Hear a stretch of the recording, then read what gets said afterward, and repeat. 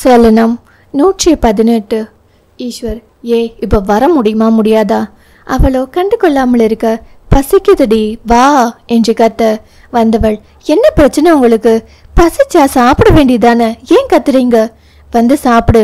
எனக்கு வேணாம், எனக்கு பசிக்குது. உங்களுக்கு பசிச்சா சாப்பிடுங்க. ஏன் மயிறு, இப்போ உன் கூட பழத்தாதான் நீ சாப்பிடுவியா? ஏன் இவ்வளோ அசிங்கமா பேசுறீங்க என்னும் போது அவள் குரல் உடைந்து விட்டது. அப்புறம் என்ன, வந்து சாப்பிடு. ஏனோ அதன் பின் போகாட்டி அவன் கேள்வி உண்மையாகிவிடும் என்ற அச்சத்தில் அங்கே வந்து அமர்ந்தாள். ஏனோ பிடிக்காமலே சாப்பிட்டு விட்டு வந்தவள் மனம் பாரமாக கதவை திறந்து வெளியே வந்து அமர்ந்தாள். அந்த நேரத்தில் ஏன் கதவை திறக்கிறாள் என்று நினைத்தவன், லூசு, எதுக்கு இந்த பனிக்காய்ச்சல்? அவளோ அதை காதில் வாங்காமலே வெளியே கதவை திறந்து வந்து படிக்கட்டில் அமர்ந்தாள். இங்க எதுக்கடி வந்து உட்கார்ந்துருக்க? நான் எங்கேயோ உட்கார்றேன், உங்களுக்கு என்ன பிரச்சனை? உட்காரு, எனக்கு என்ன? சுத்தி இருட்டா இருக்கு. நம்ம ரூம் வெளிச்சம் பார்த்து பூச்சியிலிருந்து மிருகம் வர சான்ஸ் இருக்கு. நீ கேட்டல கொஞ்ச நேரத்துக்கு முன்னாடி, அதுவும் வரும். என்ன கேட்டேன்? பேயா? அது கூட வரும். அதுக்கு கம்பெனி கொடுத்துட்டு அங்கேயே உட்காரு. ஏனோ அவனின் ராட்சச செயலுக்கு முன்னால் பேய் பரவாயில்லை என்று அவளின் மனம் அப்போது நினைத்தது. அவள் கண்டு கொள்ளாமல் இருப்பதை கண்டவன், திமிர் எடுத்து போய் உட்கார்ந்து இருக்கட்டும் என்று நினைத்து விட்டு வந்து படுத்தான். சற்று நேரத்தில் குளிர் அதிகமானது. மழை பெய்ய தொடங்கி இருந்தது.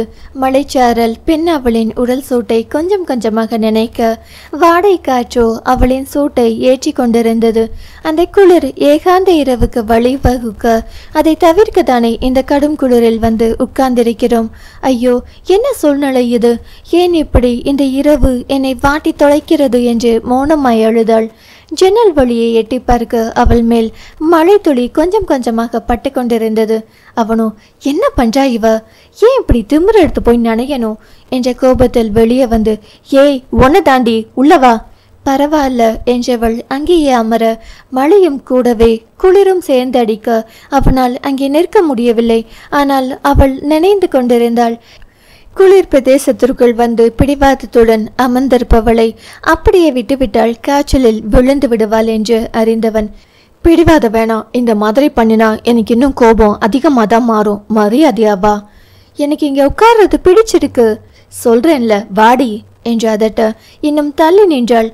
வாடி. வேண்டுமென்றே கீழே இறங்கி மழையில் நின்றாள். அஞ்சு என்றான் ஆங்காரத்துடன். சொல் பேச்சு கேட்டாள். அவள் அஞ்சுவே இல்லையே. என்னும் போதே மழை பெரிதாக கீழே வந்தவன் அவளின் கையை பிடிக்க அவளோ தட்டிவிட, இம்முறை அவளின் இடையை பிடித்து அவளோடு அவனும் நினைந்தபடியே, மரியாதையா சொல் பேச்சு கேட்டு வா, இல்லைன்னு வெய் என்னும் போதே பயம் வந்தது அவனின் மேல் அவளுக்கு. அப்படி ஒரு உடும்பு பிடி, இடை எலும்புகள் நொறுங்கும் அளவுக்கு. மாட்டேன், நீங்க போங்க. வாடி. மாட்டேன் என்றவளுக்கு அழுகை வந்தது. ஒரு கட்டத்துக்கு மேல் இருவரும் நனைய வேறு வழியே இல்லாமல் அவளை இழுக்க, அவனோ வலுக்கட்டாயமாக அவளை கைகளில் ஏந்தினான். அதுவரை அடம் பிடித்தவள் அவன் கைகளுக்குள் திமிர அவன் இறுக்கி பிடித்த பொழுது எலும்புகள் உடைப்படுவது போல் இருந்தது. இருவரும் நினைந்தது மட்டுமல்லாமல் இருவருக்குமே சரியான குளிர். அதிலும் அவள் மழையில் நினைந்த கோழி குஞ்சு போல் உடம்பெல்லாம் நடுங்கியபடி நிற்க, அதே நடுக்கத்துடன் தான் அவனும் இருந்தான். ஆனால் அவளை அப்படியே விடாமல் ஒரு டர்க்கி டவலை போர்த்தியபடி அவளால் இயல்பாக இருக்க முடியவில்லை. கைகள் இதழ்கள் எல்லாமே நடுங்க அவளை முறைத்து கொண்டே அவளின் ஈர புடவையை அகற்றினான். அவளுக்கு வெப்பம் தேவை, வேறு வழியே இல்லாமல் இறுக்கி அணைத்தவன் நடுங்கிய இதழ்களின் வழியே சூடான காற்றை அவளுக்குள் செலுத்தியும் நடுக்கம் எனவோ நிற்கவே இல்லை. அவளின் ஈர கூந்தலில் சூடிய மல்லிகையின் வாசம் அந்த அரை முழுக்க வாசம் வீசியது. ஈரம் சொட்ட சொட்ட நின்றவளின் ஆடைகள் அவளோடு ஒட்டிக்கொண்டு அவளை அர்த்தராத்திரி மோகினி போல் காட்ட அள்ளி பருக ஆசை வந்தது ஆடவனுக்கு. மனமோ, சிச்சி, இந்த பழம் புளிக்கும் என்று எத்தனையோ முறை அவளின் அருகாமையில் சொல்லி கொண்டவனுக்கு ஏனோ என்று ருசித்து பார்க்க மனம் சொல்லியது. இன்னும் முன்பை விட பெண் அவளின் மினுக்கும் கூடி போயிருந்தது. முன்பை விட கொஞ்சம் பூசியது போலிருந்தாள். ஏனோ அவளை குளிரிலிருந்து காப்பாற்றுவதற்காக நெருங்கி இருக்கிறோம் என்று தனக்குத்தானே சப்பை கட்டிக்கொண்டு அவளின் தேவைகளை தீர்ப்பதற்காக நெருங்குகிறேன் என்று நினைத்து அவளை நெருங்கியவன் உணராமல் போனான். அவளின் என் பசியை மட்டுமல்ல தன் பசியையும் தீர்க்கப் போகிறோம் என்று 2 வருடமாய் அனல் போல் தனக்குள் எரிந்து கொண்டிருந்த தீயை அவனும் அணைக்க முயன்றான். எதை செயலாற்றவே கூடாது என்று மனதுக்குள் ஒரு கட்டுப்பாட்டை விதித்து உள்ளுக்குள் தவித்திருந்தான் என்று அவள் தன் காதலை உணராமல் போனாலோ, இனி அவளிடம் எதுவும் இல்லை என்று நினைத்தானோ, அந்த எண்ணமெல்லாம் தவிடு பொடியாகி அது அங்கு செயலாக்கப்பட்டது. அவளின் உயிர் சிலிர்த்து அடங்கும் வரை அவன் அவளுள் பின்னி பிணைந்தான். உடலும் உயிரும் கூடி ஒரு உன்னத நிலை அடைந்ததும் அவர்களாகவே இருந்தனர். ஏனோ இந்த கூடலில் உடலும் உடலும் சேர்ந்தது. ஆனால் மனது மட்டும் பிரிந்தே இருந்தது. எல்லாமே முடிந்த பின் அவள் அவனோட மார்பில் ஒன்ற அவனோ அவளை விலக்கிவிட்டு தனியாக படுத்தான். ஏன் என்று அவளின் பார்வையில் அவனோ, என் மனசு ஒன்றும் சமாதானமாகாமல் தான் இதெல்லாம் பண்ணினீங்களா? நானா விரும்பி ஒன்றும் பண்ணலை, நீ பண்ண வச்ச. இதுக்கு பேரு கூட ஒரு வகை கட்டாயம்தான். அந்த பதிலில் பெண் அவள் எழுந்து போக முயல அவனோ, திரும்பி நீ மலையில் போய் உட்கார்ந்தாலும் என் உடம்பு வேணும்னா இந்த குளிருக்கு எத்தனை டைம் வேணும்னாலும் உன் கூட சேரும், ஆனால் என் மனசு சேராது என்று சொல்லிவிட்டு படுத்து விட்டான். என்ன செய்து அவன் அன்பை பெறுவது என்று தெரியாமல் விட்டத்தை பார்த்து கொண்டிருந்தாள் அவள். சலனம் 119. கொடைக்கானல் குளிரில் அவன் கோபமாக திரும்பி படுத்து கொண்டாலும் பெண் அவள் அவனோடு ஒன்றி அவன் முதுகை கட்டி கொண்டே படுத்திருந்தாள். கொஞ்சம் கொஞ்சமாக அவன் முதுகையை தலையணையாக்கி அவனோடு இயந்திருந்தாள். ஏனோ அவன் உறங்கிவிட அவள் தான் உறங்கவில்லை. முள்ளாய் குத்துதடா உன் ஒவ்வொரு சொற்களும், விரும்பியே நம் பிரிவை ஏற்கவில்லை. உன் தாயின் வார்த்தைகளால் மனம் நொறுங்கினேன். சொற்களின் தாக்கம் என் பிறந்த இடத்தையும் பெற்றவர்களையும் விட்டு கொடுக்க முடியவில்லை. என் சகோதர பாசம் உன்னை பிரிய வைத்து விட்டது. நம் பிரிவு தேர்ந்தெடுத்தது தவறு என்று ஒத்துக்கொள்கிறேன். அன்று பக்குவப்படவில்லை என்று வருத்தப்படுகிறேன். என் முடிவிற்காக உன்னுடன் இணைந்து வீட்டில் நடந்தவைகளை பேசி தீர்த்திருக்க வேண்டும். காலம் கடந்த ஞானோதயம். மீண்டும் இணைய சந்தர்ப்பத்தை தேடிக்கொண்டிருக்கிறேன். யார் அழைக்க வராமல் இருந்தாலும் நான் வந்திருப்பேன். ஆனாலும் அன்றென தெய்வமாக வந்த தாத்தாவின் அறிவுரையில் அப்பவே கிளம்பி நம் குடும்ப நிகழ்வில் இணைந்தேன். உன்னுடன் எல்லையில்லா ஆனந்தம் அடைந்தேன். உன்னை சந்தித்த நொடி உன் சுடு சொற்களை புறக்கணித்தேன். உன்னுடன் தான் என் மீதி வாழ்வு என்ற முடிவிற்கு பிறகு என்னுள் ஓடும் ஒரு கேள்வி, ஏன் என்னிடத்திலிருந்து யாரும் யோசிக்கவில்லை என்று. என் வயது, என் அனுபவத்திற்குரிய முதிர்வு அன்று என்னை அவ்வாறு யோசிக்க வைத்தது. இன்று எல்லோரும் என்னை குற்றம் சாட்டுகிறார்கள். மனதளவில் இன்னும் பலவீனம் அடைகிறேன். தேற்றவர் ஆளின்றி இருந்தும் என் முயற்சி கைவிடவில்லை. இன்று அடிப்பட்ட பிறகு நிதானம் அவசியமானது என்று உணர்ந்து கொண்டேன். என்னை நானே தேற்றிக்கொண்டேன். கட்டிய கணவன் துணையிருந்தால் வானையும் வளைக்கலாம், மண்ணையும் வெல்லலாம் என்பார்கள். இன்று அவன் கடைக்கன் பார்வைக்கு கூட போராடுகிறேன். இன்னும் அவன் அன்பை பெறுவதற்காக போர்க்களமே நடத்த வேண்டும் போல முயன்று கொண்டே இருப்பேன். என் செயல்கள் மூலம் என் அன்பின் ஆழத்தை, என் அன்பின் வழியே, என் அன்பு கனவா மயிலிறகாய் வருடி சென்ற காலங்களை தேடுகிறேன். நெடுந்தூர பயணம் என்று அறிந்து கொண்டேன். ரயில் தண்டவாளம் போல் பயணித்து கொண்டிருக்கிறோம். இனியும் தூரம்தான் அறிய முடியவில்லை. பொறுமையுடன் காத்து கொண்டிருக்கிறேன் இனிமையான தருணத்திற்காக. மனமெல்லாம் என்னென்னவோ சிந்தனைகள். பெண் அவளை புரட்டி எடுக்க அவனோடு ஒன்றினாள். அதிகாலை கண் விழித்தவன் முதுகில் கொஞ்சம் பாரம் இருக்க திரும்ப முயன்றவனுக்கு முடியவில்லை. என்ன என்று திரும்பி பார்க்க அவள் மெல்ல திரும்பி அவளுக்கே வலிக்காமல் அவளை தன் பக்கம் திரும்பி மெத்தையில் படுக்க வைத்தான். அசந்து தூங்கிக் கொண்டிருந்தாள்.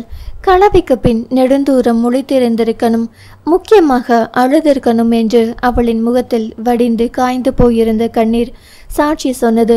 மெல்ல குனிந்து நெற்றியில் முத்தமிட்டான். உடனே அவன் மூளை எதையோ நினைவூட்ட கசப்பான மனம் அவள் உன்னை விட்டுட்டு போனவள் என்று எடுத்துரைக்க, இருக்கட்டும் அழுதறிக்கிறாள் பாவம் என்று காதல் கொண்ட இன்னொரு மனம் அவளுக்கு வக்காலத்து வாங்கியது. ஆதிரை ஏங்க? ரவி குழந்தையை கொஞ்சிக்கொண்டே, என்னம்மா உங்களுக்கு ஒரு குட் நியூஸ் சொல்லட்டுமா? என்ன, உங்கள் தங்கச்சியும் என் அண்ணனும் கொடைக்கானல் போயிருக்காங்க. அதுக்கு என்ன? என்ன இவ்வளோ சாதாரணமாக கேட்குறீங்க? நல்ல விஷயந்தானே? நல்ல விஷயந்தான், ஆனால் என் தங்கச்சிக்கு இல்லை. ஏன்? உன் அண்ணன் பிடிவாதக்காரன். நீங்கள் பழசை இன்னும் நினச்சிட்டு இருக்கீங்களா? நான் பழசை நினைக்கல, ஆனால் நான் ஒரு முறை அடித்ததுக்கு இன்னமும் அண்ணன் என்கிட்ட அதே கோபத்தோடு தான் நடந்துக்கிறான். கொஞ்சம் மரியாதையாக பேசினா நல்லா இருக்கும். அவன் இவன்னு சொன்னா நல்லாவா இருக்கு? அதை என்னைக்காச்சும் நீ போய் அண்ணன்கிட்ட சொல்லியிருக்கியா? அவள் மௌனமாக. அவனும் என்னோட வயசு தான் உன் அண்ணனுக்கும். அவன் தங்கச்சி புருஷன்னு ஒரு நாளும் மரியாதை கொடுத்ததே இல்லை. ஆனால் நான் நேரில் பார்க்கும்போது போங்க வாங்கன்னு மதிப்பு கொடுக்குறேன். அதை நினச்சி சந்தோஷப்படு. இப்படியே 2 பேரும் குறை சொல்லிக்கிட்டு பார்க்கும்போது முட்டிக்கிட்டே இருக்கீங்க.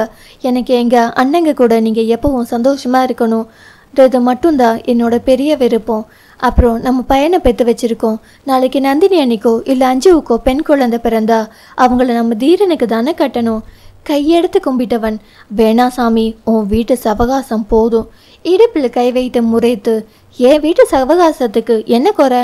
உங்கள் வீட்டு பொண்ணுங்க நிம்மதியாக அங்கே இருக்காங்க. அப்போது அவங்க வீட்டு பொண்ணுக்கு எங்கள் வீட்டில் என்ன குறையாம்? ஒரு குறையும் இல்லை என்றால் கணவனின் முகம் பார்த்து அதீத காதலோடு. இல்லையே, ஏதோ குறையிற மாதிரி இருக்கே. எனக்கு என்ன குறை? தீரனுக்கு துணைக்கு என்றான் காதலோடு. ஐயோ இப்போ வேணாம். ஏன் வேணாம்? ஏன்? நந்தினி அன்னைக்கு குழந்தை பிறக்கட்டும், அப்புறம் வச்சுக்கலாம். ஏன் நந்தினிக்கு என்ன? ஏன் இப்போ எல்லாம் நந்தினி அண்ணி நம்ம வீட்டுக்கு வரதில்லைன்னு உங்களுக்கு விஷயம் தெரியுமா? ஏன் வரவங்க போகிறவங்க எல்லாம் அடுத்து எப்போ நீ எங்களுக்கு நல்ல செய்தி சொல்ல போகிற என்ற கேள்விகளால் அண்ணியை போட்டு துளைப்பதால் தான் அவங்க நம்ம வீட்டுக்கு வரதே இல்லை. அச்சிச்சோ, நம்ம பக்கமே இப்படி கேள்வி கேட்டா உங்கள் வீட்டுக்கு வரவங்களும் அவளை அப்படி தானே கேட்பாங்க. அவளோ அங்கே வரவங்க கொஞ்சம் டீசெண்டாக நடந்துப்பாங்கன்னு நினைக்கிறேன். ஏன் நீங்கள் வசதியானவங்கன்றதாலா? நீங்கள் இந்த பழசம் மறக்கிறதே இல்லையா? வசதியானவங்கன்றதெல்லாம் கிடையாது. அம்மா சுருக்குன்னு எதையாவது சொல்லிடுவாங்க அந்த பயத்தினால். உங்கள் அம்மா சுருக்குன்னு சொல்லுவாங்கன்னு தான் எல்லாருக்கும் தெரியுமே. அவங்க பேசிய பேச்சினால் தானே அன்னைக்கு அஞ்சு என்னோட வந்தா. அதையெல்லாம் மறந்துட்டு அவளையே எல்லாரும் குறை சொல்கிறீங்க. என் அண்ணனை சொல்லிட்டு நீங்கள் பழச நல்லாவே ஞாபகம் வச்சுருக்கீங்க. உன் அண்ணன் அளவுக்கெல்லாம் ஒன்றும் இல்லை. ஏன் எப்போ பார்த்தாலும் என் அண்ணனையே இழுக்கிறீங்க? அப்போ நடந்த பிரச்சனையில் என் தங்கச்சி உன் அண்ணனை விட்டுட்டு வந்ததுக்கு கண்டிப்பாக கோபம் மனசுக்குள் வச்சுருப்பான். ஆனால் அந்த கோபத்தை இன்னும் எத்தனை வருஷம் அதை தூக்கி சுமப்பான்னு தெரியலை. அதனால் என் தங்கச்சி உன் அண்ணன் கூட கொடைக்கானல் போனது ஒன்றும் அவ்வளோ பெரிய நல்ல விஷயம் எல்லாம் இல்லை. இந்த ஆம்பளைங்களே இப்படி தான் போயும் ஒன்றுக்காகாத பழசெல்லாம் மனசுக்குள்ளே வச்சுருக்கீங்க. ஆனால் பொம்பளைங்க நாங்கள் அதை அப்போவே மறந்துடுவோம். மறக்கிறது வேற, நினைக்கிறது வேற, நினச்சிக்கிட்டு இருக்கிறது வேற. எனக்கு பழசு நடந்ததெல்லாம் நினைவு வரும். ஆனால் 24 மணி நேரமும் அதே நினச்சா உறவு கெட்டுடும் என்று சொல்லுத நானே மறந்து வந்துடுவேன். என் தங்கைகளுக்கு அண்ணனா? ஆனால் உன் அண்ணன் அப்படி கிடையாது. தங்கையாக இருந்தாலும் அண்ணனாக இருந்தாலும் அவருக்கு எது சரின்னு படுதோ அதே தான் செய்கிறாரு. உங்கள் தங்கச்சி பண்ணது தப்பு இல்லையா? என் அண்ணனை அப்படியே விட்டுட்டு உங்கள் கூட வந்தது. அப்போ உங்கள் வீட்டில் பண்ணதெல்லாம் சரியா? அவளையே குறை சொல்கிறீங்களே. அவள் பக்கம் ஒரு நியாயம் இருக்குன்னு ஏன் யாருமே நினைக்க மாட்டேங்க? சண்டை போட்டுட்டு திட்டிட்டு மன்னிப்பு கேட்டுட்டா எல்லாம் சரியாக போய்டும்னா நான் அடித்ததுக்கு உங்கள் அண்ணன் மறந்துருக்கணும் இல்லையா? ஏன் இன்னும் நினச்சிக்கிட்டே இருக்கார்? ஆதிரையிடம் பதில் இல்லை. சில விஷயங்களை மறக்க முடியும், பல விஷயங்களை மறக்க முடியாது, மன்னிக்கவும் முடியாது. எல்லாரும் என்ன மாதிரியே இருப்பாங்கன்னு நினச்சா முடியாது. என் தங்கச்சி நாளைக்கு யாரும் முன்னாடியும் தலை கவிழ்ந்து இருக்கக்கூடாதுன்னு தான் நான் அவளை கூட்டிகிட்டு போனேன். இந்த பிரிவு அவளுக்கு தற்காலிகமானதாக இருக்கும். கூடவே ஒரு நல்ல வாழ்க்கை ஏற்படுத்தி கொடுக்கும்னு நினச்சேன். அவளின் படிப்பும் அறிவும் இன்னைக்கு இல்லாட்டியும் இன்னொரு நாள் அவளை சரி பண்ணும். அவள் சரியாக தான் இருக்காங்க என்றவனின் மனமோ இப்பொழுது மூத்த தங்கையை பற்றி யோசித்தது. அந்த நொடி தனது தங்கைக்கு அழைத்தான். சொல்லுண்ணா, எங்கம்மா இருக்க? ஹாஸ்பிட்டல், கோயம்புத்தூர். என்ன விஷயம்? யாருக்கு முடியலை? அவள் சுருக்கமாய் நடந்ததை சொல்லிவிட்டு அதற்காக கோயம்புத்தூர் வந்திருக்கிறேன்னா. சாயந்தரம் வீட்டுக்கு வா. இல்லைண்ணா, கொஞ்சம் வேலை இருக்கு, நான் உன்னை பார்க்கணுண்டா. பெண் அவளுக்கும் ஒரு மாதிரி இருக்கு.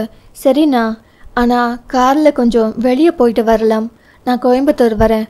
வேணாம்ண்ணா, ஆதி இருக்கார், நான் திருப்பூர் வந்துட்டு சொல்கிறேன். அவள் எங்கேயும் சந்திக்க வேண்டாம், காரில் போகலாம் என்று சொல்கிறாள். கூடவே அதி முன்னால் பேச வேண்டாம் என்று நினைக்கிறாள் என்றால் ஏதோ தனியாக பேச நினைக்கிறாள். எதையோ உள்ளுக்குள் போட்டு குழம்பிக் கொண்டிருக்கிறாள் போல் என்று புரிந்தவன் தங்கையின் வரவேற்காய் காத்திருந்தான். அதி, நந்து கிளம்பலாமா? நீங்கள் அந்த பொண்ணை பார்க்கலையா? தூரமாக பார்த்துட்டேன். ஏன் அதி உள்ளே வரமாட்டேன்றீங்க? பயமாக இருக்கு நந்தினி. என்ன பயம்? உன்னை ஏதாவது ஒரு விதத்தில் காயப்படுத்திடுவேணும்னு. நான் ஏன் காயப்படணும்? நீ வெளிப்படையாக பேசினாலும் உள்ளுக்குள் உடஞ்சி போயிருக்க. காலையில் ஹாப்பியாக குட் மார்னிங் சொல்லும் உன்னோட முகத்தில் 2-3 நாளாக சிரிப்பே காணோம். என்னை இந்தளவு கவனிக்கிறாரோ என்று அவனை பார்க்க, அவனோ அந்த பொண்ணு சரி செய்கிறேன்னு சொல்லி நம்ம லைஃப்பை ஸ்பாயில் பண்ணிக்க விரும்பலை. எனக்கு நீ ரொம்ப முக்கியம். அதே நேரம் தூரமாவது நின்று அந்த பொண்ணை பார்க்காட்டி நான் ஒரு மனுஷனே கிடையாது. அதற்குள் மருத்துவர் வர பாரதியை பற்றிய டீட்டெயில் கேட்டுவிட்டு அவளின் கால்கள் சரி செய்வதற்கும் கேட்டுவிட்டு இருவரும் வந்தனர். நந்தினி, நான் போய் பாரதியை பார்த்துட்டு வந்துடுறேன், நீங்கள் கீழே கார் பார்க்கிங்கில் வெயிட் பண்ணுங்க சொல்லிவிட்டு வந்தவள் பாரதியின் அறைக்குள் நுழைந்து, ஹைமா, ஹை மேடம் என்றவளின் கண்கள் அவளின் பின்னால் தேடியது. என்னம்மா, சார் வரலையா? வந்தாரு, நீங்கள் தூங்கிட்டு இருந்தீங்க, அதான் பார்த்துட்டு கீழே போயிட்டாரு. ஹோ என்றவளின் முகம் சோர்ந்து போய் அவளின் முகம்பாட்டம் அப்பட்டமாக முகத்தில் தெரிந்தது. ஏம்மா, சார்கிட்ட மட்டும்தான் பேசுவீங்களா, என்கிட்ட பேச மாட்டீங்களா?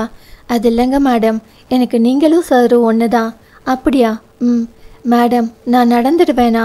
கண்டிப்பாக. ஏன், எப்போ நான் ஃபேக்ட்ரிக்கு வேலைக்கு போகிறது? கூடி சீக்கிரமா. மேடம், ஏற்கனவே கால் வலியை பார்த்தா நடப்பேனான்னு டவுட்டாக இருக்குது. டாக்டர் நீ சீக்கிரம் நடந்துடுவேன்னு சொன்னாங்க. சப்போஸ் நடக்காட்டி என்னை வேலையை விட்டு தூக்கிடுவீங்களா? உன்னோட உயிரை கூட மதிக்காம ஏன் உயிரை நீ காப்பாற்றி கொடுத்துருக்க, அப்பேற்பட்ட ஒன்று ஏனோ தானோன்னு விட்டுடுவேனா? அந்த பதிலே சொல்லியது அவளின் காதலை. அந்த வார்த்தை கேட்டு பாரதியின் மனம் மகிழ்ச்சி கொண்டது. தனக்கு பிடித்த பொருள் தன்னை விட அதை யார் பத்திரமாக பார்த்து கொள்கிறார்களோ அவர்கள் கையில் இருக்கும்போது ஒரு நிறைவு கிடைக்கும் பார். அந்த நிறைவு தான் அவளுக்கு. கையெடுத்து கும்பிட்டு, ரொம்ப நன்றிங்க மேடம், நான் தான் உனக்கு நன்றி சொல்லணும். நீ இப்போ மாத்திரை போட்டு தூங்கு, நான் போயிட்டு நாளைக்கு வரேன் என்று சொல்லிவிட்டு கிளம்பி விட்டாள்.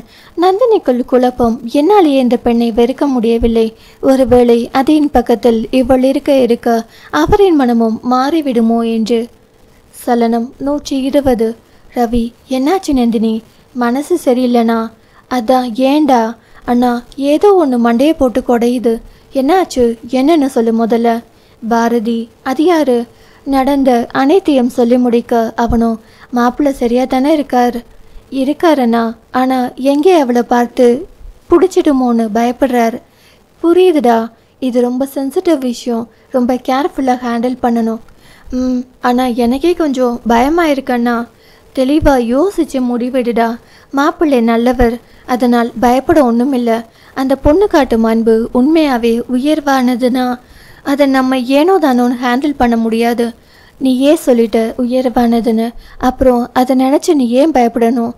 அண்ணா, எனக்கு எப்போதுமே என் சம்மந்தப்பட்ட ஒன்று உங்களுக்கும் 5 பாப்பாவுக்கும் தவிர இன்னொருத்தருக்கு கொடுத்து பழக்கம் இல்லைன்னு தெரியாதா? நீ ரொம்ப படித்த பொண்ணு, இப்போ நீ குழப்பமாக இருக்க. அந்த பொண்ணை நீ முதல்ல சரி பண்ணு. அந்த பொண்ணை சரி பண்ணிடுவேனா? அதுக்கப்புறம் அது நம்ம கம்பெனியில் தான் வேலை பார்க்கும், தினமும் அவரை பார்க்கும். அப்போது அவருக்கும் அந்த பொண்ணு மேலேயும் அந்த பொண்ணுக்கும் அவர் மேலே இருக்கிற அன்பு கூடிக்கிட்டே தானே போகும். பொதுவாக 8 மணி நேரம் நம்ம ஒருத்தவங்களை பார்க்கும்போது அவங்களுக்கும் நமக்கும் ஒரு அண்டர்ஸ்டாண்டிங் கண்டிப்பாக வரும். அது பாரதியாக இருக்கணும்னு அவசியம் இல்லை. அண்ணா, நாளைக்கு என்ன நடக்கணும்னு உனக்கும் எனக்கும் ஏதோ தெரியுமாடா? இன்னைக்கு வாழு. புரியலண்ணா. எப்போவுமே ஒன்றிலிருந்து விடுபட இன்னொன்று தான் தேடி போகணும். அவருக்கு உன்னை தாண்டி அந்த பொண்ணை பிடிச்சிடுமோன்னு பயப்படுற. அப்போது அந்த பொண்ணையும் தாண்டி இன்னொன்று அவருக்கு பிடிக்கணும். அது யாருன்னா உனக்கு பிறக்கும் குழந்தை. குழந்தை என்றதும் அவளின் முகம் சோர்ந்து போனது. அவளின் தலையில் கை வைத்தவன், உனக்கு குறை ஒன்றும் இல்லைடா. இப்போ அண்ணன்கிட்ட வசதி இருக்குது, எந்த நாட்டுக்கும் கூட்டிகிட்டு போய் உனக்கான ட்ரீட்மெண்ட்டை நான் பார்ப்பேன். ஹாஸ்பிட்டல் வா, அண்ணன் கூட்டிகிட்டு போகிறேன். இன்னொரு முறை நல்லா செக் பண்ணிடலாம். அண்ணா, வேணாண்ணா, கடவுள் தான் மனசு வைக்கணும். நந்துமா, சப்போஸ் லேட் ஆகும்னா டெஸ்ட் டியூப் பேபி மூலம் குழந்தை பெற்றுக்கலாம். ஏன் தள்ளி போடணும்? டெஸ்ட் டியூப் பேபி எல்லாம் வேணாம். எங்கள் 2 பேருக்கும் எந்த பிரச்சனையும் இல்லை. சரிம்மா, என் திருப்திக்காக ஒரு முறை ஹாஸ்பிட்டல் போகலாம். என் தங்கச்சிக்கு ஒரு பிரச்சனையும் இல்லைன்னு நானே தெரிஞ்சுக்கிட்டாதான் என்னால் நிம்மதியாக இருக்க முடியும். அப்புறம் ஆண் என்பவன் அன்புக்கு எப்போதும் அடிமையானவன் தான். அது அம்மா, உடன் பிறந்தவர்கள், மனைவி, பெண் குழந்தை, இதையும் தாண்டி இரத்த உறவே இல்லாத ஒரு பெண் அன்பு காட்டினாள். அண்ணா என்றால் பாவமாக. பொறுமா, சொல்கிறேன். இப்படி எல்லாருக்கும் துடிப்பவன் எல்லாவற்றையும் தாண்டி தன் குழந்தைக்கென்றால் இன்னும் அதிகமாய் துடிப்பான். அண்ணா, அதனால தான் சொல்கிறேன், ஹாஸ்பிட்டல் போய் இன்னொரு முறை பார்த்துடலாம். சரிங்க அண்ணா, நாளைக்கு போகலாம். ஏனோ தன் உறவில் விரிசல் விழாமல் காக்க குழந்தைக்கு தயாரானாள் அவள். இங்கே அண்ணாமலை அதியமானை அழைத்து என் ரூம்க்கு வா. வீட்டில் இருக்கும் அவரோட அறைக்கு கூப்பிட்டாள்.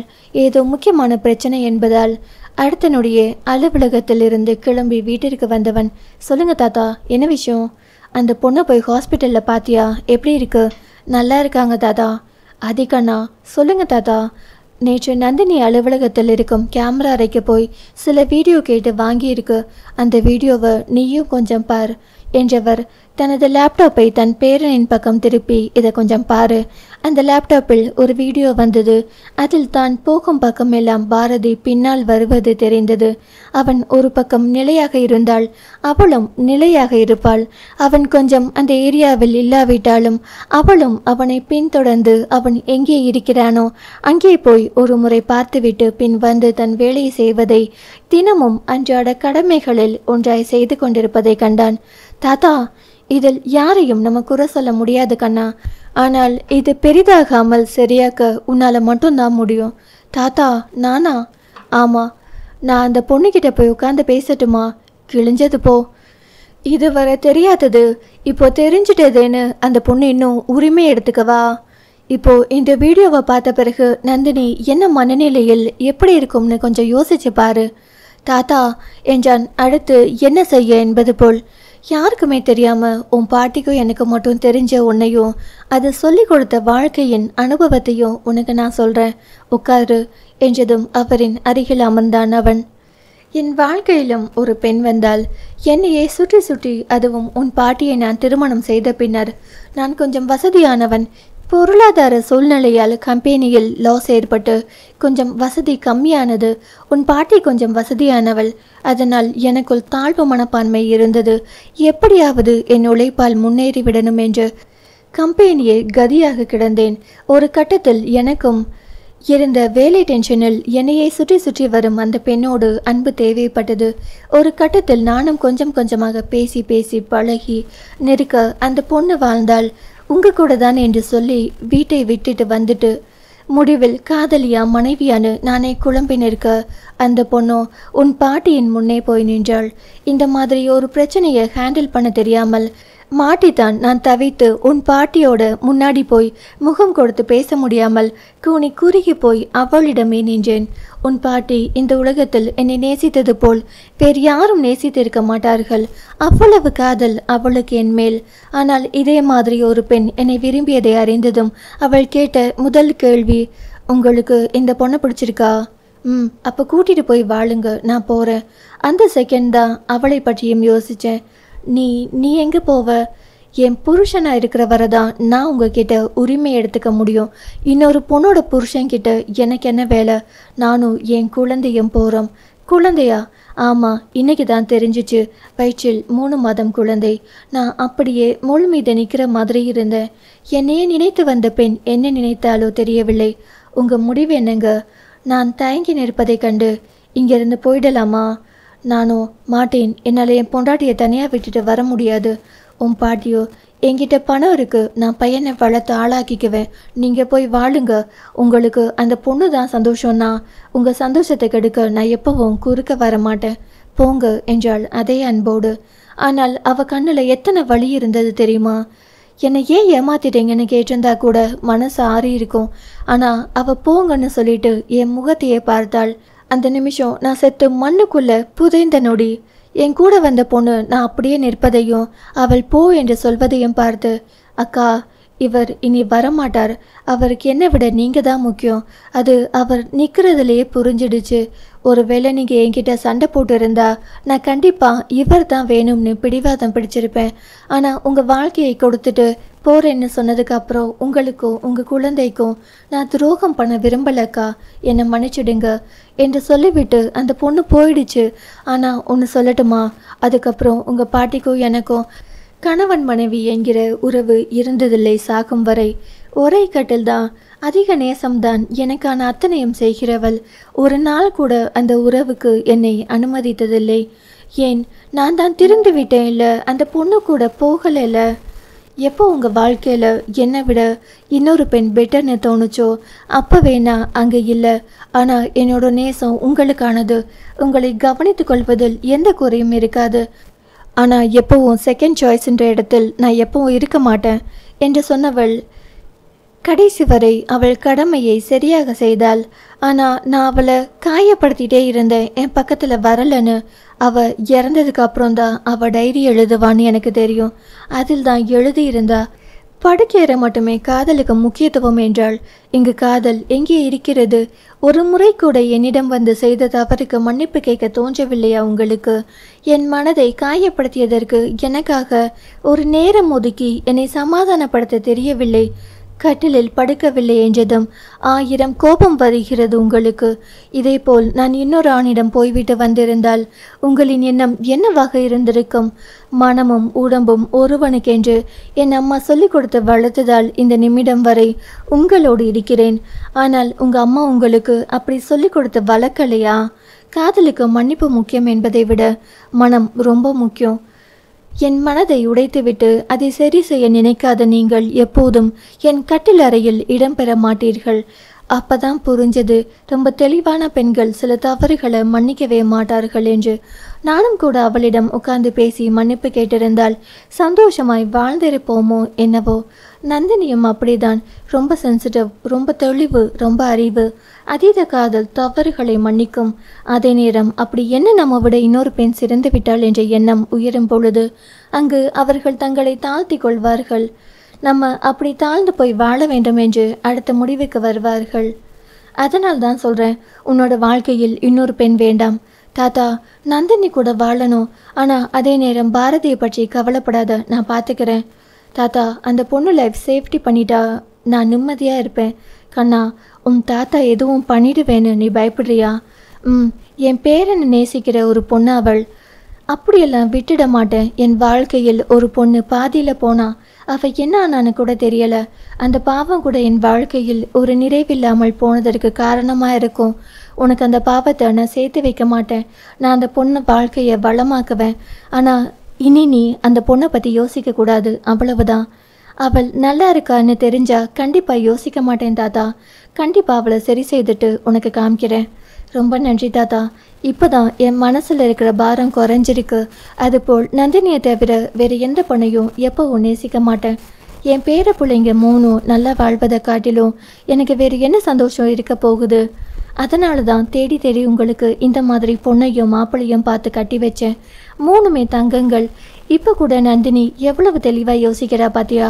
உனக்கு தொந்தரவு கொடுக்காமல் அந்த பொண்ணை போய் டெய்லியும் கவனிச்சுக்கிறா. எந்த பொண்ணு இவ்வளவு பொறுமையா தன் கணவனை காதலிக்கும் பொண்ணை போய் இவ்வளவு அன்புடன் கவனிப்பாள்? இதுக்கெல்லாம் அடிப்படை காரணம் நந்தினி உன்னை அதிகமாக விரும்புவது மட்டுமே. ஏனோ கடைசி வார்த்தை அதிகமானுக்குள் ஒரு சிலிர்ப்பை உண்டு பண்ணியது. சிரித்தவன் ஒரு தெளிவோடு அந்த அறையை விட்டு வெளியே வந்தான். நந்தினியின் வரவேற்காக. சலனம் 121. அதிகாலை விடியல் அஞ்சுவை கண் விழிக்க செய்ய அருகே அவன்.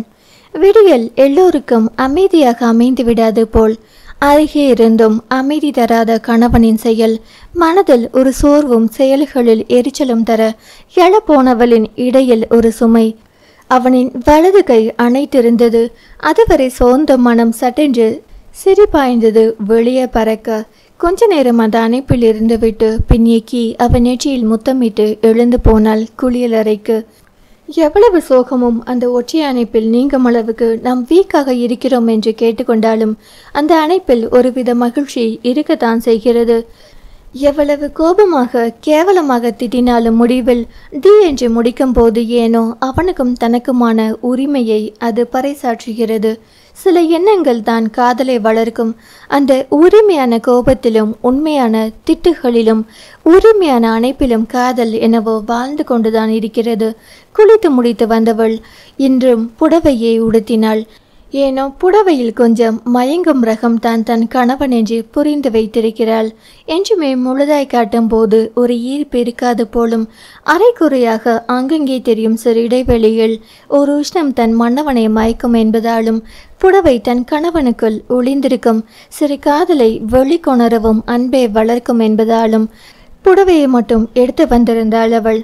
கொடைக்கானல் காட்சி நீரம் ஏனோ உள்ளே ஒரு குளிர்ச்சியை கொடுக்க வெப்பம் தேடி பெண்ணவள் வெளியே வர, வந்துட்டியா கண்ணு என்று சுட சுட காப்பியுடன் வந்தார் அழகம்மாள். பெண்ணவள், நீங்க எங்கே இருக்கீங்க?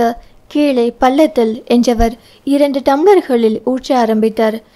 இந்த அம்மணி, தம்பிக்கு கொண்டு போய் கொடுத்துடுங்க. காப்பி வாங்கி கொண்டே, உங்களுக்குமா? அவரிடம் மௌனம். என்னாச்சுமா? என்னன்னு கூப்பிட்டதாயி? அம்மானு அவர் கண் கலங்கியது. ஏன், ஏதாச்சும் தவறாக கேட்டுவிட்டேனா? அச்சிச்சோ, அதெல்லாம் இல்லடாமா. இந்த குளிருக்கு காப்பி ஆறி போயிடும். நீங்க போய் தம்பிக்கு கொடுத்துட்டு வாங்க. அதை வாங்கியவள் கணவனின் முன் போய் நீட்ட, அவளை ஒரு முறை மேலிருந்து கீழ் வரை பார்த்தான். குளித்து கிளம்பி காட்டன் சேலை அணிந்திருந்தாள். ஏன் இப்படி பார்க்குறீங்க? அங்கெல்லாம் சுடிதாரில் தானே சுத்துவ, இங்கே மட்டும் ஏன் இப்படி? புடவை கட்டணும்னு தோணுச்சு. தோணும் எதிர இருக்கிறவன் மனசு தெரியாம. என்ன முணங்குறீங்க? ஒன்றும் இல்லை, காப்பி கொடு நீட்டியவள் அவனை உற்று பார்த்து அருகே வர, என்னடி காலையிலேவா? முகமும் அருகே. ஹலோ பூச்சி என்று குனிந்து தட்டி விட்டு போனாள். போகும் அவளின் பின்புற பார்த்தவன், ஏய் நில்லிடி.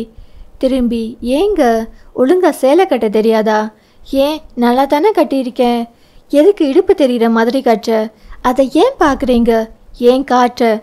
நான் காட்டுனா பார்ப்பீங்களா? டபுள் மீனிங்கில் பேசாத. ஐயா, நான் சிங்கிள் மீனிங் தான் கேட்டேன். காட்டாதனா மூடிட்டு போ. நீங்கள் மட்டும் ஷார்ட்ஸ் போட்டு அலையலாமா? ஏய், அதுக்கும் இதுக்கும் என்னடி சம்மந்தம்? எல்லாத்துக்கும் ஒரே சம்மந்தம் தான். ஒழுங்கா இழுத்து மூடிட்டு போடி. ஆமாம், இவர் எதையும் பார்த்ததே இல்லை. இந்த தம்மா துண்டு எடுத்த பார்த்ததும் தான் எல்லாம் வருமாக்கும் என்றால் இடுப்பு சேலையை இழுத்து சொருகி கொண்டு, முழுதாய் பார்க்கும் போது கூட எழும்பாத மின்னல் ஒன்று அந்த இடுப்பு பகுதியை பார்க்கும் போது தானே தோன்றுகிறது என்று அவன் மட்டுமே அறிவான். அவன் அதை கட்டுப்படுத்ததானே தன் எண்ணத்தை கோபமாய் அவளிடம் காட்டுகிறான் என்று அவனுக்கே தெரியாத போது அவள் எப்படி அறிவாள்? அவனின் மனமோ, ஈஸ்வரா, அவளை கிட்ட விடாத.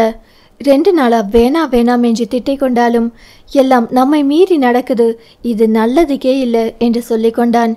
வெளியே வந்தவள் தனக்காக ஊற்றி வைத்திருக்கும் காப்பியை எடுத்துக்கொண்டே, அம்மா நீங்கள் குடிச்சிங்களா? அந்த வார்த்தையில் அவர் உச்சி குளிர்ந்து போய், குடிச்சிட்டேன் தாயி. நீங்கள் இங்கே எத்தனை வருஷமா இருக்கீங்க? 25 வருஷமா இருக்கோம் தாயி. உங்கள் பிள்ளைங்க எல்லாம் எங்கே இருக்காங்க? அவருக்கு நான் புள்ள, எனக்கு அவர் புள்ள. புரியலம்மா. என் புருஷன்தாம்மா என் பிள்ளை. அச்சிச்சோ, சாரிம்மா, தெரியாமல் கேட்டுட்டேன். இதில் என்ன தாயி இருக்கு? ஏம்மா, ஹாஸ்பிட்டல் போய் செக் பண்ணிங்களா? பண்ணணும் தாயி. டாக்டர் என்ன சொன்னாங்க? என்கிட்ட தான் குறைன்னு சொன்னாங்க. ஏனோ அதற்கு மேல் பேச விரும்பாத அஞ்சுவுக்கு மனசு கஷ்டமாகி போனது. ஏன் புள்ள பொய் சொல்கிற என்று வந்தார் அந்த பெரியவர், தலையில் விறகு கட்டுகளோடு. இவர் தானே இரவில் வந்தவர் என்று நினைத்தவள் அவரையே பார்க்க, அழகம்மை, நீங்க சும்மா இருங்க என்று கணவனை அதட்டினார் அந்த பெண்மணி. அஞ்சு, என்ன போய்? என்கிட்ட தான் கண்ணு குறை இருக்கு. கல்யாணம் முடிஞ்சு கொஞ்ச நாள்லே தெரிஞ்சிடுச்சு எனக்கு புள்ள பிறக்காதுன்னு. எவ்வளவோ சண்டை போட்டு அடித்து திட்டி எல்லா விதத்திலும் திட்டி அனுப்ப பார்த்தேன். ஆனால் போக மாட்டேன்னு ஒரே அடம் பிடிவாதம் என்று சொன்னவர் தலையில் சுமந்து வந்த விறகு கட்டைகளை அங்கே போட்டுவிட்டு, ஏன் புள்ள நீங்கே உட்காரு, கீழே எல்லாம் மழை பெஞ்சு ஒரே ஈரம் புள்ள, ஈரத்தில் நடக்காத, அப்புறம் ராவானா கால் வலிக்கும், நான் போயிட்டு வந்துடுறேன் என்று போனார். போகும் அந்த மனிதனின் முதுகை வெறித்து பார்த்தவர், பாவம் இந்த ஈரத்திலும் சுமக்கிறார் ஏதோ வயது பையன் மாதிரி, ஆனால் என்னை சுமக்க விட மாட்டேங்கிறார் பாரு என்றவர் அஞ்சுவின் முகத்தை பார்க்க, ஏம்மா நீங்கள் போகலை? எங்க கண்ணு, அவர்கிட்ட குறை இருக்குன்னு தெரிஞ்சு ஏன் கண்ணு காதல் பண்ணி கட்டிக்கிட்டோம். நிறைய ஏற்றுக்கிட்டா குறையையும் ஏற்றுக்கணும் இல்லையா? அஞ்சுவுக்கு அந்த காதல் அந்த பெண்மணியையும் பிடித்து போக அவரின் வார்த்தைகளை கவனிக்க ஆரம்பித்தாள். எவ்வளவு அன்பு வச்சிருந்தா அவர்கிட்ட குறை இருக்குன்னு தெரிஞ்சிருந்தோம். எனக்கு வேற மாப்பிள்ளை பார்த்துட்டு வந்துச்சு இந்த மனுஷன். உடம்பு மனசும் வேற வேறுன்னு யாருக்குன்னு சொன்னா? இவருக்குன்னு என்கிட்ட கொடுக்க காசு பணம் எல்லாம் இல்லை. என்கிட்ட இருக்கிற சீதனும் என் அன்பும் பரிசுத்தமான இந்த உடலும் தான். இவருக்குன்னு இருக்கிற உடம்பையும் இவரை மட்டுமே நேசிக்கிற மனசையும் எப்படி கண்ணு இன்னொருவனுக்கு காட்ட முடியும்? இன்னொருத்த முன்னாடி எப்படி கண்ணு ஆடை இல்லாமல் நிற்க முடியும்? எனக்கு மனசு வரல கண்ணு. அவர் அடித்து திட்டி என்னை வெறுத்து பேசி எனக்கு நல்லபடியாக கல்யாணம் பண்ணி வைக்கணும்னு முடிவோட மாப்பிள்ளை பார்க்க ஆரம்பிச்சிட்டாரு. நான் சண்டை போட்டு அழுது ஆர்ப்பாட்டம் பண்ணி இவர் கூடவே வாழ வந்துட்டேன். வாழ்வோ சாவோ இந்த மனுஷன் கூட தானே முடிவு பண்ணிட்டேன். செம்ம லவ்மா உங்களோடது. என்னோடதெல்லாம் அவ்வளவு சிறந்தது இல்லை. அவரோட அன்பை காட்டிலும் பார்க்கத்தான் கரட முரடா தெரிகிறார் பாப்பா. ஆனால் சின்ன குழந்தை மாதிரி என் மேலே உசுரைய வச்சிருக்கு கண்ணு. 10 நிமிஷம் கூட என்னை விட்டுட்டு இருக்காது. புள்ளன்னு சுற்றி சுற்றி வரும். நான் எல்லாம் கடவுள்கிட்ட வேண்டிக்கிறது இவர் இறந்ததுக்கு பின்னாடி தான் நான் இறக்கணும்னு. இல்லாட்டி ஒரு நொடி கூட இந்த உலகத்தில் இவரால் வாழ முடியாத அம்மணி. சரி கண்ணு, சீக்கிரம் சாப்பிட வாங்க, தம்பி வந்ததும் கூட்டிட்டு வாங்க என்று சொல்லிவிட்டு அந்த பெண்மணி முன்னே போக, அப்போது அந்த குரல் கேட்டது. காதல் என்றால் எப்படி இருக்கும்னு அந்த அம்மா கிட்ட கேட்டு கற்றுக்கோ. அவசரத்துக்கு அடமானம் வைப்பது போல் தேவைக்கு யூஸ் பண்ணி கொள்ளும் காதல் எல்லாம் நிலைக்காது. அதற்கு பேர் காதலும் கிடையாது. வாழ்வோ சாவோ கடைசி வரை நிலையாய் இருக்கணும், எங்கிருந்தாலும் என்றான் மிகவும் நக்கல் தொனியோடு. நான் தான் போனேன், நீங்கள் போகலை தானே. நானே தப்பு பண்ணியிருந்தாலும் நீங்கள் தான் உண்மை விரும்பியே. என்னோடது பொய்யா இருந்தாலும் உங்களோடது தான் உண்மையாக இருந்தா லவ் பண்ண வேண்டிதானே. எதுக்கு வெறுத்து ஒதுக்குறீங்க என்றாள் கடுப்போடு. ஏன் பேச மாட்ட? 2 நாள் கிட்ட வந்த இல்லை அந்த திமிரா? நான் ஒன்றும் அடுத்தவ கிடையாது, நீங்களும் அடுத்தவங்க கிடையாது. எப்போ பார்த்தாலும் இந்த ஒன்றையை சொல்லி குத்தி குத்தி காட்டுறதுக்கு. அப்போ நீ பண்ணது சரியா? என் சைடு நான் பண்ணது சரி, ஆனால் உங்களுக்கு மட்டும் நான் பண்ணது தப்பு. அந்த தப்பு சரி செய்யதான் இப்போ நான் இவ்வளோ தூரம் பொறுமையாக போகிறதே. இல்லாட்டி கிழிச்சிடுவியா? இதற்கு மேல் பேசினால் வீண் விவாதங்கள் தான் வரும் என்பதால் அவள் மௌனமாய் கிளம்ப ஆயத்தமானாள். சொல்லிடி, கிழிச்சிடுவியா? இன்று அவனின் கையை பிடித்து இழுத்து தாடையில் கை வைத்து இறுக்கி கேள்விகளை தொடுக்க, அவன் கோபத்தில் கேள்விகளால் போர் தொடுப்பது போல் வார்த்தைகளை அம்புகளாக்கி வார்த்தை போர் செய்ய, அந்த கோபத்தை எல்லாம் தாங்கும் சக்தியற்றவள் வேகமாய் அவன் மார்பில் தஞ்சம் புகுந்து இறுக்கி கட்டி கொண்டாள். ஏய் விடுடி! சாரி என்றாள் கண்ணீருடன். தயவு செஞ்சு விடு.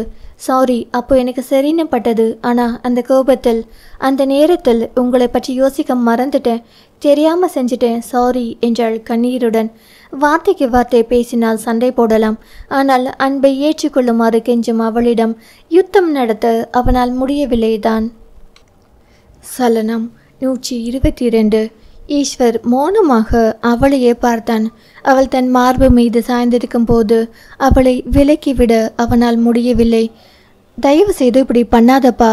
தலையை மட்டும் நிமிர்த்தி, தயவு செய்து இப்படி பேசாதீங்க. எப்படி? இந்த போப்பா வாப்பான்ற வார்த்தை, நான் ஒன்றும் கெட்ட வார்த்தை பேசலையே. அதை கூட ஏற்றுப்பேன். போப்பா வாப்பா எல்லாம் எனக்கு வேண்டாம். என்ன தப்பா சொல்லிட்டேன்? கோபமாக இருந்தாலும் சந்தோஷமாக இருந்தாலும் அந்த போடி வாடினே சொல்லுங்க. எனக்கு நீங்கள் அப்படி டீ போட்டு பேசுகிறது மட்டும்தான் உரிமையாக இருக்கும். உனக்கு பிடிச்ச மாதிரி எல்லாம் இருக்கணும்னு நினைக்கிறியே. எனக்கு மனசுன்னு ஒன்று இருக்குன்னு தெரியாதா உனக்கு? அந்த மனசை தான் நெருங்க முயற்சிக்கிறேன். இனி முடியாதுப்பா, ப்ளீஸ் அப்படி பேசாதீங்க. நீ சொல்கிறத நான் 2வது தடவை கேட்காதப்பவே உனக்கு இவ்வளோ கஷ்டமாக இருக்குது. நீ என் பேச்சை ஒன்று கூட கேட்டதில்லை. அப்போ என் மனசுக்கு எவ்வளோ கஷ்டமாக இருக்கும். நான் தான் தப்பு பண்ணிட்டேன்னு சொல்கிறேன்ல.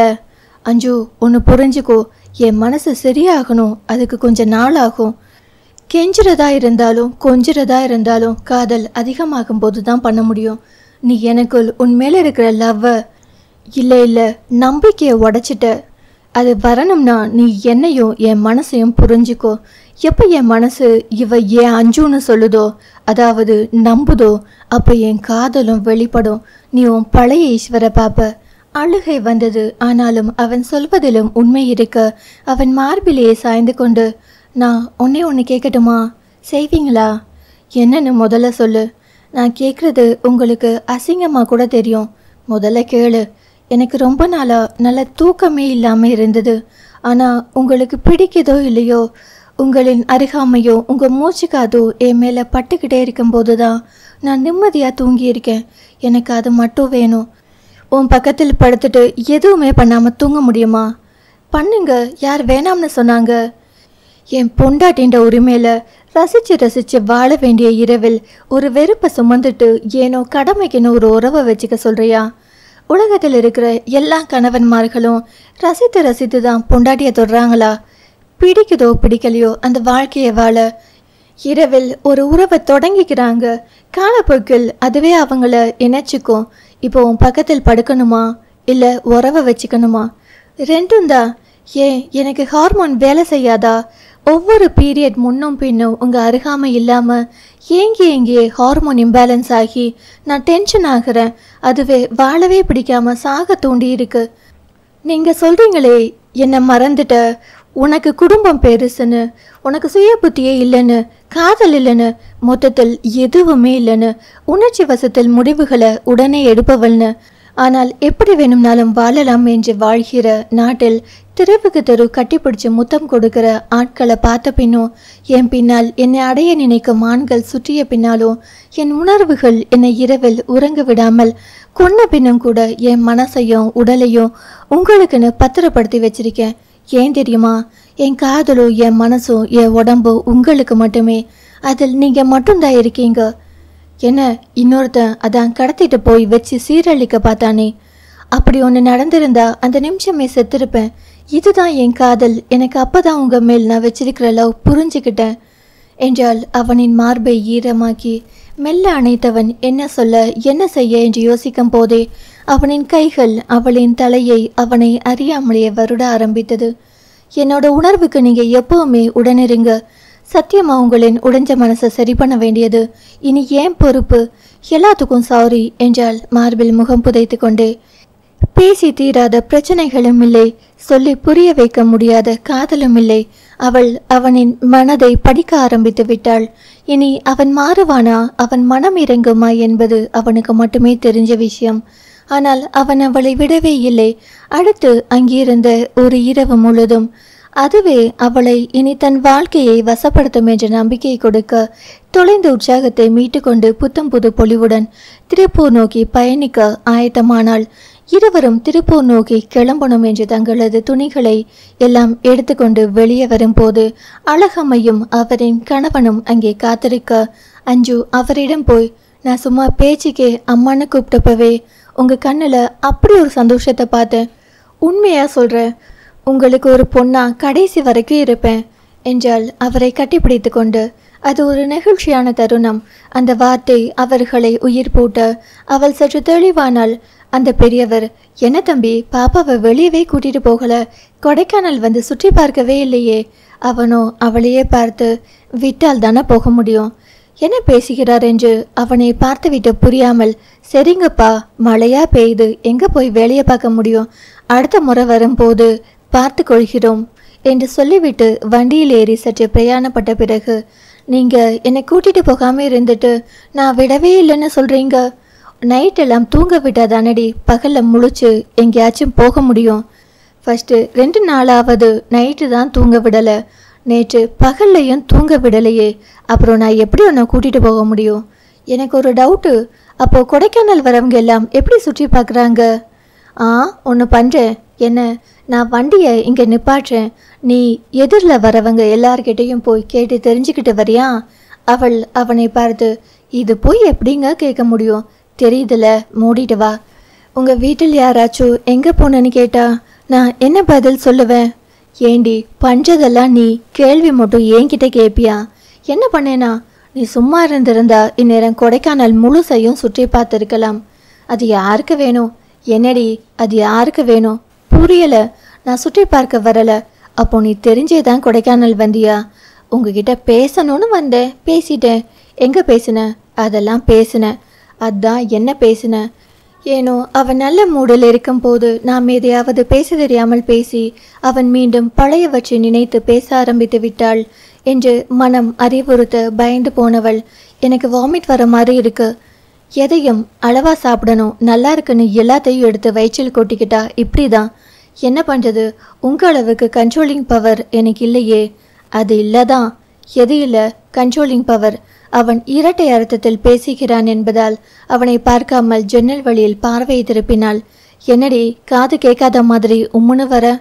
போகும்போது இருந்த மௌனம் கொஞ்சம் தடைப்பட அவன் வம்பளுக்கு ஆரம்பித்து விட்டதால் ஏதாவது வார்த்தைகளை விட்டு விடுவோம் என்று பயந்து போனவள் பாடலை பாட ஆரம்பித்தாள்.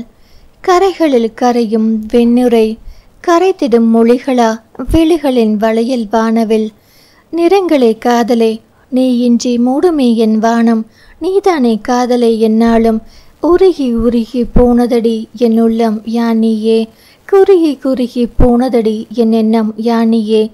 ஏனோ கொஞ்சம் உருகித்தான் போயிருந்தான் அவன். ஆனால் அவன் எப்போது சரியாவான் என்று அவனுக்கே தெரியாத போது அவள் மட்டும் அறிய முடியுமா? அவனை மீண்டும் பழைய ஈஸ்வராக்கணும் என்றால் அவன் விருப்பப்படி ஆடும் கைப்பாவையாக முடிவு செய்தாள். மனமோ இன்னும் சமன்பாட்டிற்கு வராத ஈஸ்வரன் மனதை நீ எப்படி புரிந்து கொள்ளப் போகிறாய்? இந்த நொடி நிரந்தரமில்லை என்று கேள்வி கேட்டு எச்சரிக்கை செய்ய, அவருக்காக நான் இதுவரை எதுவும் செய்ததில்லை, அதுக்காக உன் சுயமரியாதையை விட்டு கொடுப்பாயா? சுயமரியாதை என்ற ஒன்றை காதலுக்கு வேணும்தான், ஆனால் அவரை விட அது முக்கியமில்லை என்று தன் மனதிற்கு தெளிவாக ஒரு பதிலை சொல்லிவிட்டாள். அவரின் முன்னால் தனக்கென்று இருக்கும் விருப்பு வெறுப்புகள் அத்தனையும் தூக்கி போடவே நினைத்தாள். இனிமேல் எல்லாமுமாக மாறவே விரும்பினாள் அவள். இதுவரை தன் காதல் மட்டுமே பெரிது என்று அவனும் தானும் அவரை போலவே காதலிக்கிறோம், இதில் என்ன உயர்ந்தது தாழ்ந்தது என்று அவளும் தங்களுக்குள் பட்டிமன்றம் நடத்தி கொண்டிருந்தவர்களுக்கு கொடைக்கானலில் கிடைத்த தனிமை இப்போது தன்னை விட அவளின் காதலும் சிறந்தது, தன்னை விட அவரின் காதலும் சிறந்தது என்று ஒருவர் மற்றொருவரை பற்றியும் யோசிக்க ஆரம்பித்திருந்ததால் பிரச்சனையை ஒத்தி போட்டார்கள். வாகனத்தை ஓட்டிக்கொண்டு அவன் அவளிடம், நீ ஒன்று என்கிட்ட சொன்னியே, என்ன? உங்களுக்காக என் உடம்பையும் மனசையும் பத்திரமா கொண்டு வந்திருக்கேன்னு. ஆமாம், அப்போ நான் மட்டும் அதை உனக்கு பத்திரமா வைக்கலையா? நீங்கள் எப்போதுமே ஒரே சிந்தனையில் ரொம்ப தெளிவானவர், ஆனால் நான் அப்படி இல்லையே. கண்ணு முன்னாடி ஒரு ஆணும் பெண்ணும் எல்லையை மீறி கொண்டிருக்கும் போது கூட என் உணர்வுகளை பாதுகாத்து உங்களுக்காக கொண்டு வந்திருக்கேன். அதை தான் நான் சொன்னேன். அப்புறம் என் உடம்பில் உங்கள் விரல் பட்டா மட்டும்தான் ஹார்மோன் சுரக்கும், அவ்வளவுதான். அதற்கு மேல் தர்க்கம் பண்ண விரும்பவில்லை அவன். அப்போ இனி உன் அண்ணன் வீட்டுக்கு, உன் பிறந்த வீட்டுக்கு எப்போதும் போக மாட்டியா? நீங்கள் சொல்லாமல் போக மாட்டேன். சிரித்தான் அவன். ஏன் சிரிக்கிறீங்க? இல்லை, இந்த வாக்குறுதிக்காக நீ பின்னால் ரொம்ப வருத்தப்படுவ. பரவாயில்ல, பாருடா, அழுது ஆர்ப்பாட்டம் பண்ணுவேன்னு நினச்சா கம்முன்னு வர. என்னோட பெற்றோர்கள் நல்லா தான் இருக்காங்க, அவங்க என்னை பார்க்க வருவாங்க, அங்கே போய் தான் பார்க்கணும் என்ற அவசியம் இல்லை. இனி உங்களுக்கான இம்பார்ட்டன்ஸ் எல்லாம் நான் கொடுப்பேன். அப்படியா? பார்க்கலாம் நீ எனக்கு இனி எவ்வளோ முக்கியத்துவம் கொடுக்குறேன்னு.